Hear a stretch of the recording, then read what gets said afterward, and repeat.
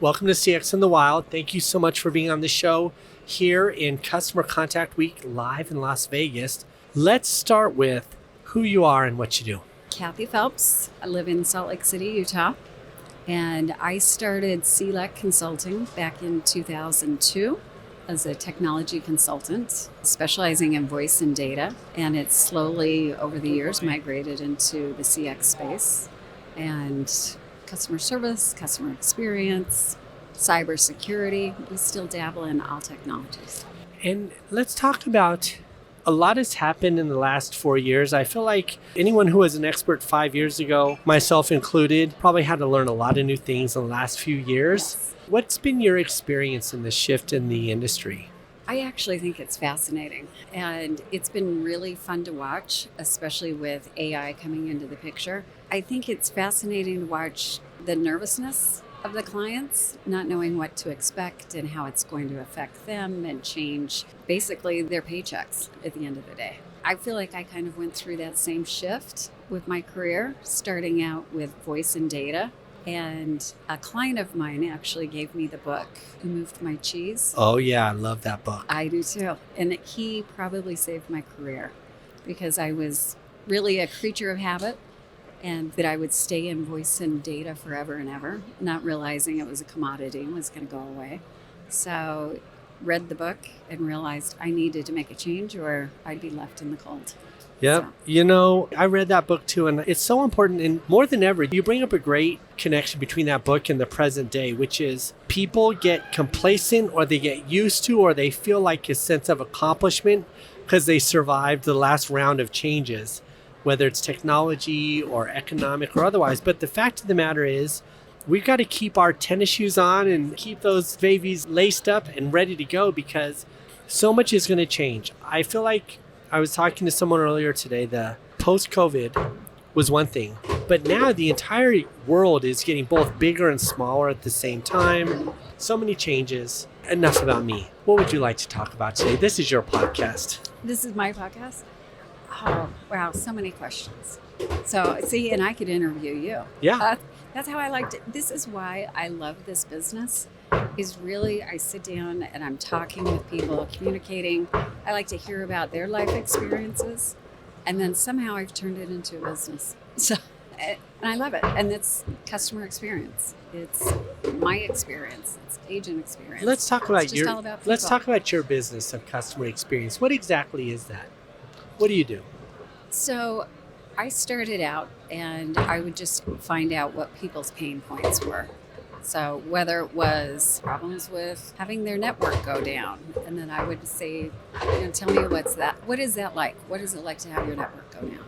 And when you start hearing about the pain and the stress behind their experience, I want to find the solutions to help make it easier for them. So started out with very simple things like voice and data, built my career on long distance, which obviously has changed over the years, and then moved into more of the contact center space, software solutions, cybersecurity, all of it. But it all comes back down to having that personal relationship where I ask the clients, how can I make your life easier?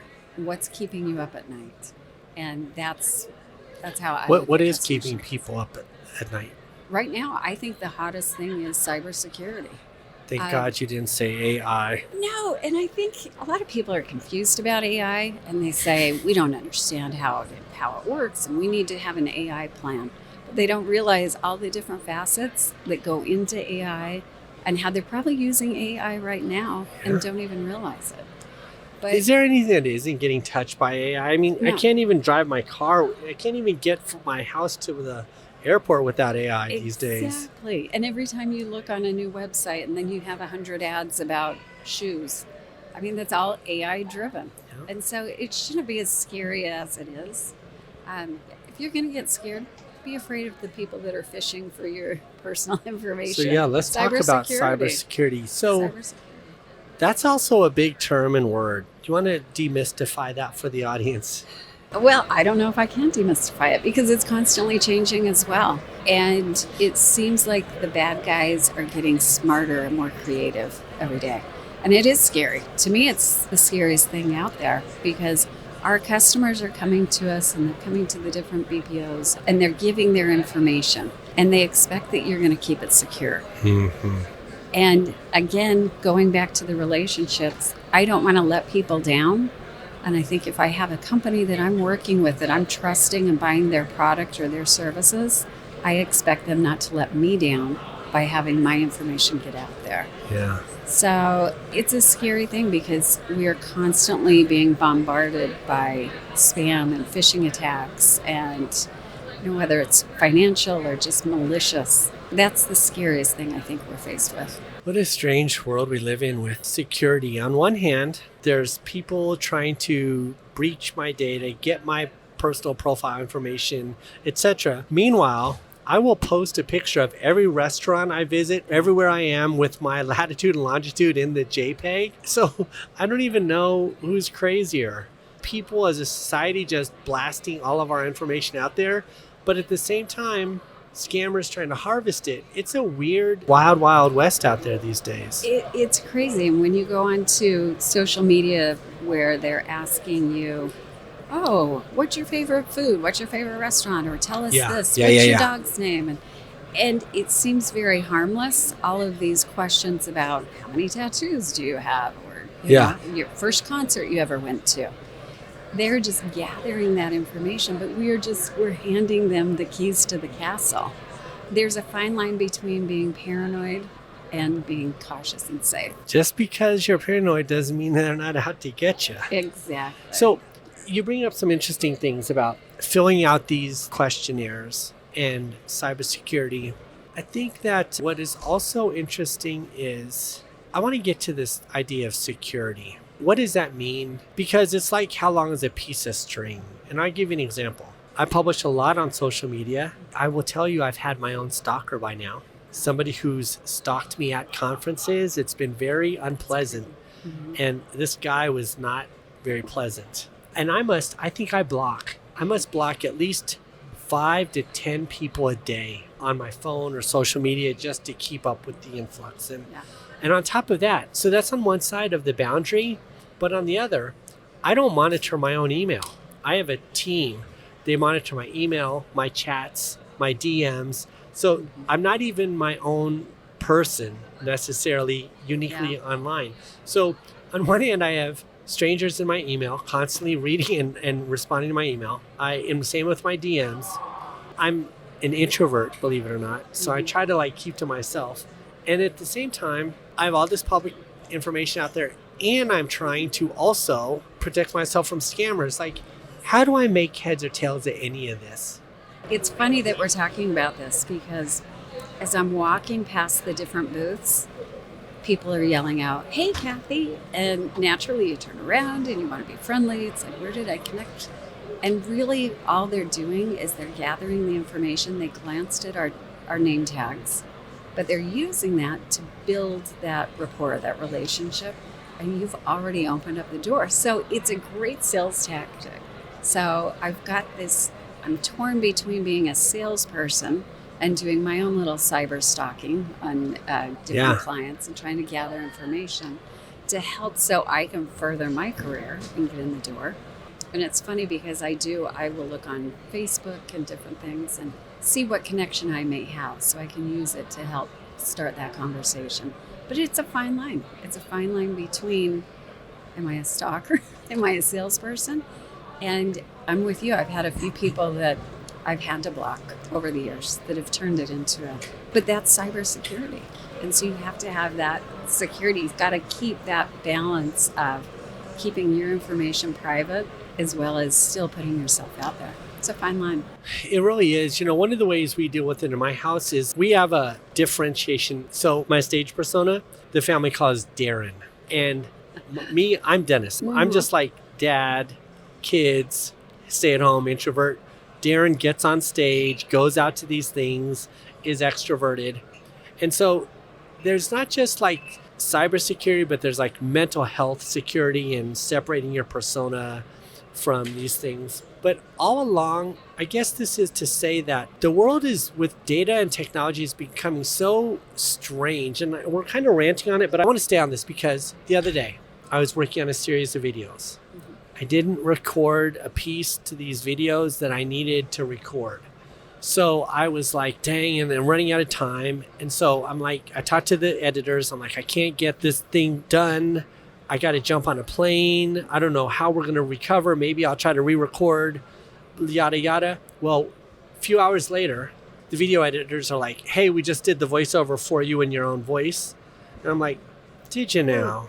And they said, yes, we promised never to use your voice without asking you, but we have so many samples of your voice. We were able to recreate the voice, and they played it. And I was like, wow, was quite a time saver. I think I'm totally into this. I love this. Yeah.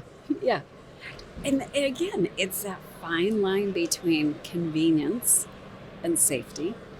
And how do you have that balance? It's a tricky thing. All right. We talked about cybersecurity. What else do you want to talk about today, Kathy? I do love to golf, but that's probably not down the aisle that we need to. You know, experiences of all kinds are important. That we learn from everything. That's right. I've always said that's why I went into sales, so I could improve my golf game. Fair enough. So, yeah. What's your favorite thing about this show? I have met some incredible people this year. I'm very involved with CC Women, and the speaker lineup that they had this year was just amazing. CC Women seems to be like the crown jewel of our industry.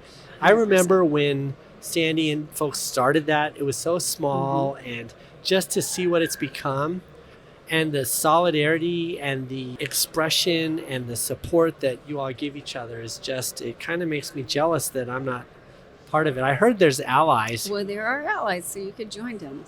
I think you should look into it. No, it has been, I don't want to sound cliche, but it's truly changed me. And I've been in the business since 2002. I'm getting a little tired. I'm getting towards the point of retirement's not too far off anymore. And you start to kind of slow down.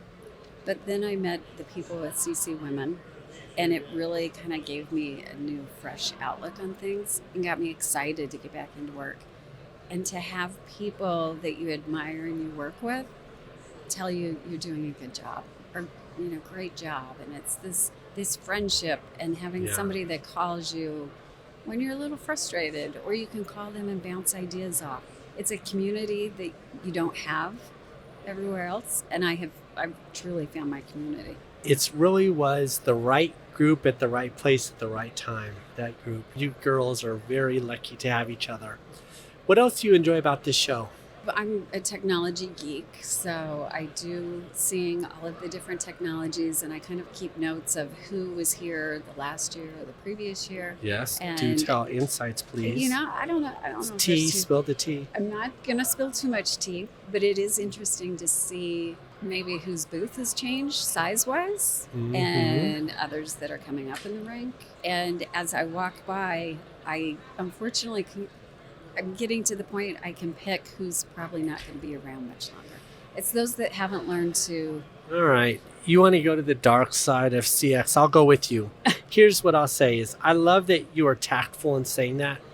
I will tell you that I'm normally a feel-good, good vibes, positivity only. But at the end of this year, there's a thought of mine that I want to help the industry understand who's sort of the real deal and who really isn't necessarily everything they say they are or doesn't really walk the walk.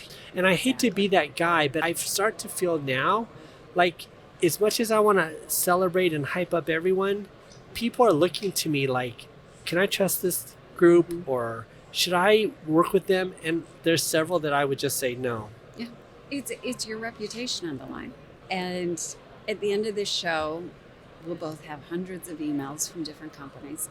And I want to talk to as many people as possible, but I also need to find the quality companies that are going to be around. I don't want to make recommendations to my clients. 100%. Let's that somebody's not going to be around. Agree. Let's play name one company who you wholeheartedly, you're not, first of all, criteria, you cannot get paid by this company to send a referral because that would be bad use of our podcast time. Yep.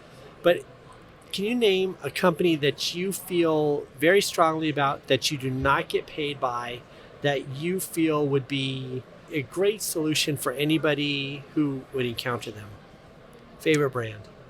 Okay, I could say I have some companies that I am currently not receiving any funds from. How about that? Yes, that's fair. I've met them along the way. I think the and- key honesty factor is you cannot receive a referral fee from them if you recommend them. So as long as you're not getting a referral fee, who do you recommend?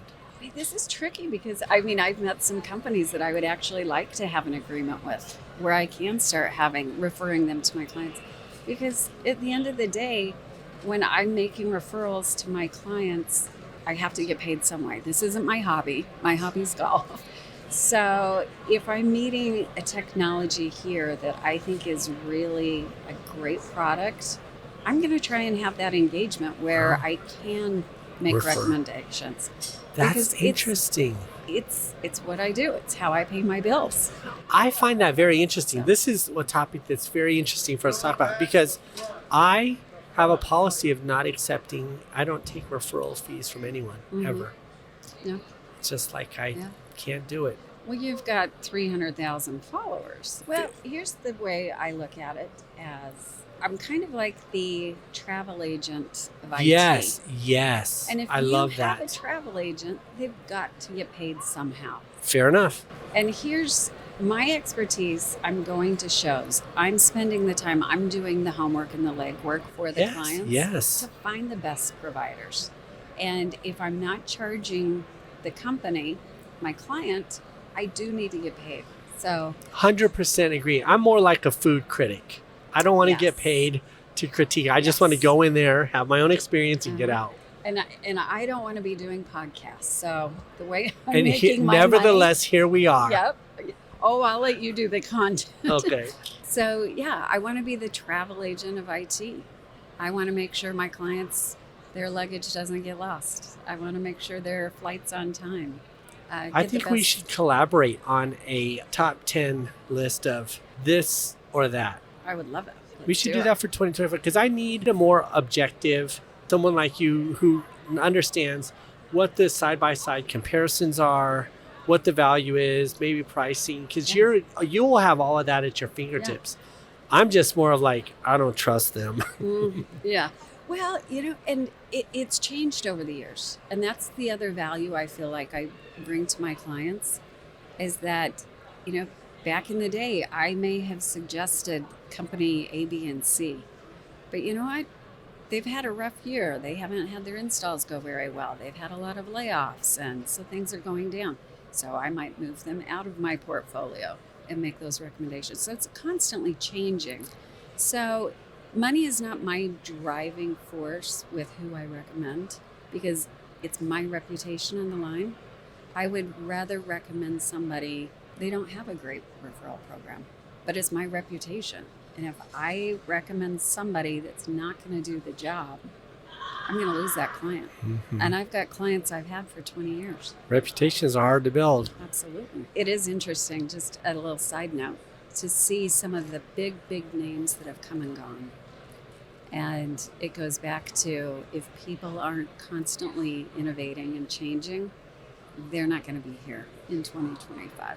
Yeah, it's true. And if they're not focused on real value, I don't like the tech bros who like come in and try to get numbers up and show post numbers and growth and audiences and all that when they're really just sort of exploiting the industry as much as possible to get more investment money. They're sort of like scammers. Exactly. I'm not into those groups. Yeah. And some of the best companies out there are the smaller ones. 100%. And so that's why I like these shows. I like to go see if there's some diamonds in the rough out here. I'm at a company. I wish I could remember the name of it. If they hear this and they want to chime in the comments, great. But I'm at this small AI company that was trying to make AI accessible through the browser across. So use the browser as sort of an overlay to applications to tap into them to AI accelerate certain applications. I love this model because they were doing it sort of just above cost. They weren't trying to raise a bunch of money. They weren't trying to be .com bros. They were like, hey, we can do this. We have a couple of use cases. It seems to be working. We've made it accessible. You can sort of self-serve or dip your toe in the water. And I love those small companies that are like, we're just trying to solve this for people. If anybody can help us, help them, help you solve this problem. I like those companies better. I've never wanted to be a titan in my business. I've got a lot of competitors out there that have made a lot of money over the years. I've never wanted to be the number one. I've always wanted to kind of fly under the radar and just do a good job for my clients and not always make the most money, but just know that I'm doing a good job so I can sleep at night. And I'm finding these specialty products and not just always going with the Mercedes of the industry, because that's not everybody needs a Mercedes. Fair enough. We're all just trying to, my grandmother used to say, our job is just to help people get from point A to point B. Mercedes or walking or whatever. Kathy, thank you so much for being on CX in the Wild, this impromptu conversation. Any last words you'd like to share with the audience? No, I love it. I appreciate you giving me the time, and it's wonderful to finally meet you. This is great. I look forward to 2025. Yeah, we're going to have to do that. We're going to have to do that industry piece. Yeah. I love it. All right, Kathy. Anytime. Thank you so much. Thank you.